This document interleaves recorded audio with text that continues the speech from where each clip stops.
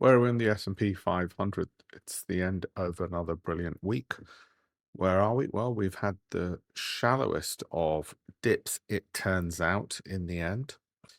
And I think the improbable, most people will agree, is how this was a V-shaped recovery, similar to last year.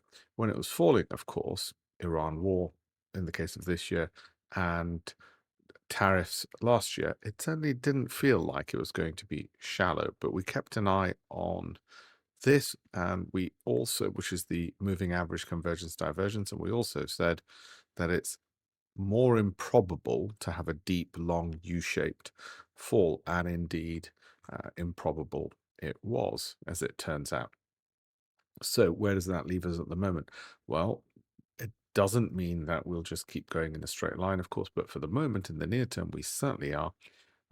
What is it similar to? Well, I guess it's very similar to how we were last June, so about 12 months ago. V-shaped recovery and then a rally up. Here's what's interesting. See these levels here after the market cleared the dip area? You pretty much hit them again about 8 months later, despite moving up 10% in just 6 months. So if we repeat that forward, it would suggest that we might get another 10% pretty much by the end of the year, thereabouts.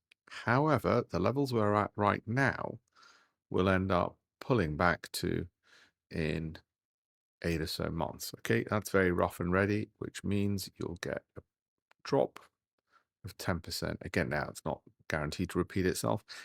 It happened here, brought us back down. We're obviously going to get some dips at some point.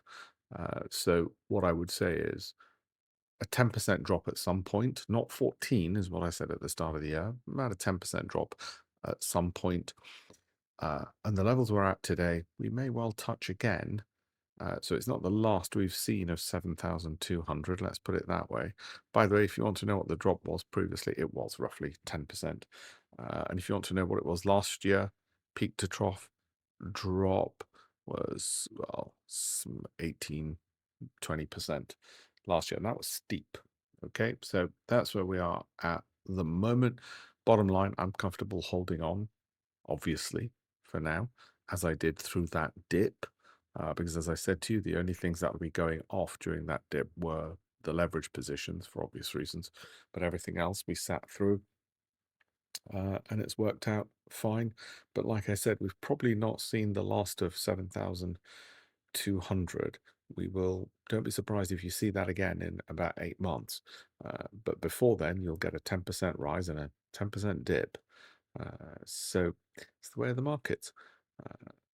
But what usually happens is, out of your 20 stocks in your portfolio, 5 will be the ones which will drive the gains. And if it's like last year or the year before, we've got another crazy 12 months of gains, because that's how it's been driven, yes, by AI spending from the private sector, yes, by profitability from companies. I was at an event recently where we had a representative from the Bank of England, and they're concerned about stock market highs. It's not a secret. I pointed out to him that, are you looking at the profitability of the companies? They're worried that there's a few companies which are driving the index higher. And I said, yes, but therein lies why you don't need to worry so much. First of all, yes, stock markets fall. They sold 20%. That's normal. That doesn't cause panic or crashes. Doesn't cause a financial crisis. Certainly nothing for a Bank of England to start getting involved in. That's the first point. Second point is, yes, there are a few companies which are driving it, which means there's a lot of companies which are not elevated on price momentum. They're not rising. That's precisely the point. The exact opposite of a bubble. And the ones which are rising, they're profitable, unlike in the dot-com bubble. So all of those things are not to worry. That's not to say that a Microsoft, which is hugely profitable, can't drop 33%. That's when you buy into that dip. I was looking at some of the biggest hedge funds recently, a few minutes ago, and I gave my clients details of the top 25 highest paid hedge fund managers last year, which between them, they earned about $40 billion. 25 people earned $40 billion. Okay.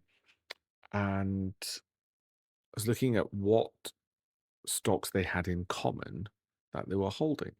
And it's a lot of the ones that we've got in our portfolio, which is geared towards, billionaire size holdings. We're not in it for the speculative stuff.